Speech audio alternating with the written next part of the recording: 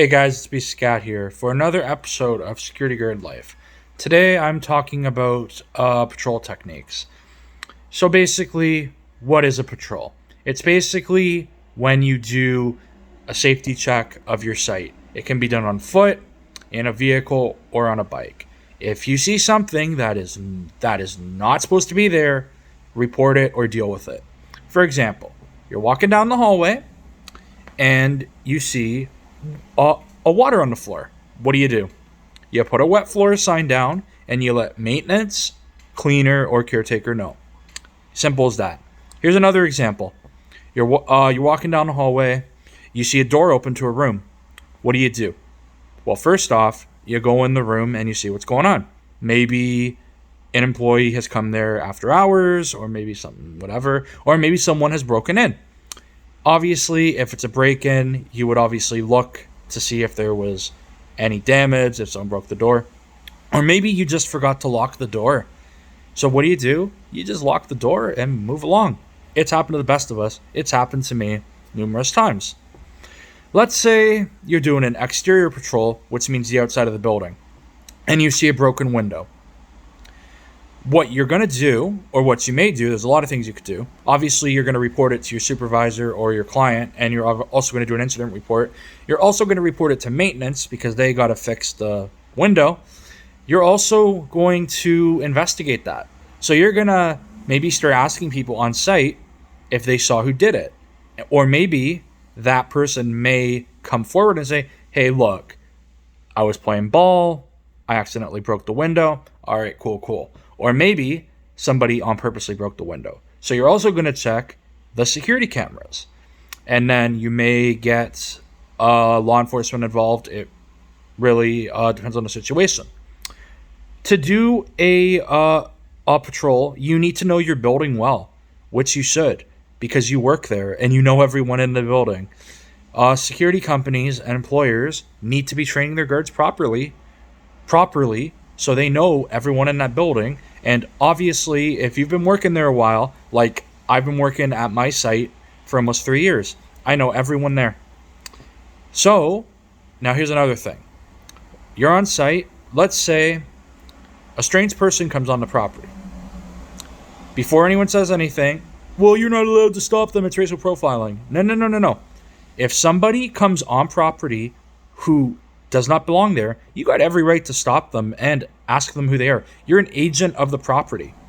As long as you're a professional about it, you have every right to stop that person. It's not racial profiling. It's not carding. All you do is you walk up to him or her and go, hey there, can I help you? Why are you here?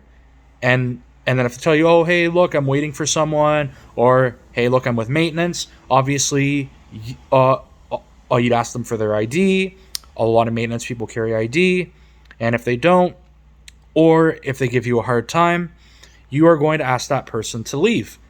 If they refuse to leave, you will then say, well, then you will be charged, maybe charged, obviously they probably will be, under the TPA, the Trespass to Property Act, which I will be getting into in a future episode.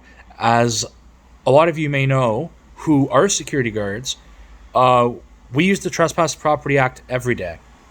It's a very common act, and it's a very complex act. Fines range from anywhere from $500 to a maximum of, I believe, $5,000. It's not cheap to trespass, ladies and gentlemen. Or you may tell this person, I'm going to call the police. 98% of the time, the person leaves. If they don't, then you would obviously call the police. Or you could also arrest them, or possibly detain them, because obviously you have asked them to leave. You are an agent of the property, and they are refusing to leave. Now, here's another thing. I know it says to be a security guard in Ontario, you do not have to be in good shape. And I've seen a few security guards, and they do not look to be in good shape. That is complete bogus. I think you should be in good shape. 90% of our job is walking around. Out of my 7-hour day, a majority of that time is standing on my feet. The only time that I basically get to sit is on my 15-minute breaks and my 30-minute lunch.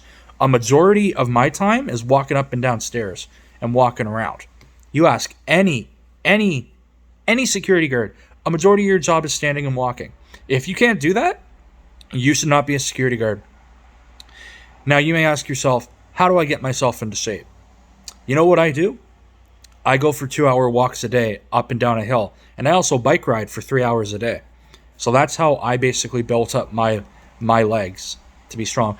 I used to be almost 300 pounds, ladies and gentlemen, and I lost all that weight through working because I love walking. Now, some of you may say, well, I can't do a 2-hour walk. Okay, fair enough. Every night, go for a 30-minute walk. That's all you need to do. It's not hard, ladies and gentlemen. All right, guys. I guess that pretty much answers everything for how to do a patrol. Oh, one more thing. You may ask, which areas should I check the most? Any security guard will tell you the washrooms. I don't care if you work at a school, a concert venue, office tower, bank, wherever. The bathroom is where you will find the most trouble. Because 98% of the time, that's where people go in there to do their drugs. They go in there to do their sex. They go in there to do whatever they want to do. So every hour, now, this is how bathrooms work. Female search female washrooms, male search male washrooms. You go to the bathroom and you bang on that door and you go, security guard, I am here to do my inspection. And you go in there. Watch and see how many people stop what they're doing and get terrified. It's actually really fun. But honestly, bathrooms are the most common places to find a lot of illegal activity. I've gone into bathrooms and I've done rounds like at like my other sites. I found syringes. In fact, at one site that I was working at 2 years ago, it was a school. We actually found a knife hidden inside the toilet. People will hide stuff. I remember a few years ago at like another school I was at, we actually found it was a small, like it was like a revolver, and it was deep inside the toilet. Like it was rusted. Like I'd say like it had been there for 15 years. And then we also found a knife. Bathrooms are a very common place for people to do, like I said, drug activity, prostitution, a lot of different stuff. So you should be checking your washrooms every 30 minutes.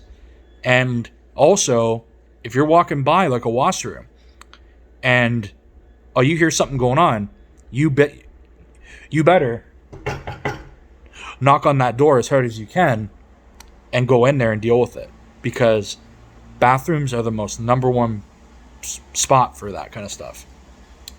All right, guys, I think that's pretty much it. Next week, I will talk to you guys about how to write a report. It's pretty straightforward. If you took high school English, it's pretty much the same thing. All right, guys, hope you have a great rest of your week. I hope this answered a lot of your questions. If you have any questions, write them in the comments below and I will answer them, because I know that I don't touch on everything. I may forget it, but if you guys have any questions, let me know. All right, guys. Peace.